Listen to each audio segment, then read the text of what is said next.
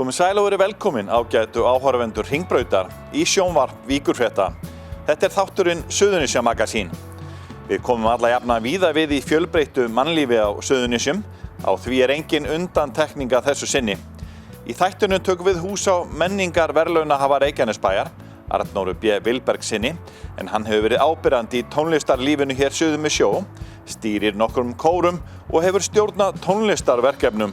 Þetta var skemmtilegt, bara ég get ekki sagt þannig að fá klapp á bakið. Það bara manni hlýnar hjartaræturnar. Við skoðum nýja matvöruverslun í Garðinum, Kjörbúðin, góðan dag. Skiptir öllu máli fyrir íbúana hvar sem sko. Það sé verslun og allt það bara grundvallaratriði.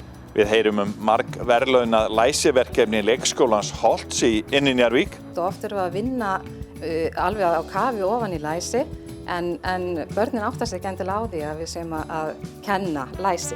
Og í lok þáttar förum við yfir í það helsta frá Suðurnesjum í stuttum fréttapakka. Kíkjum meðal annars inn á sýninguna Þó líði ár og öld.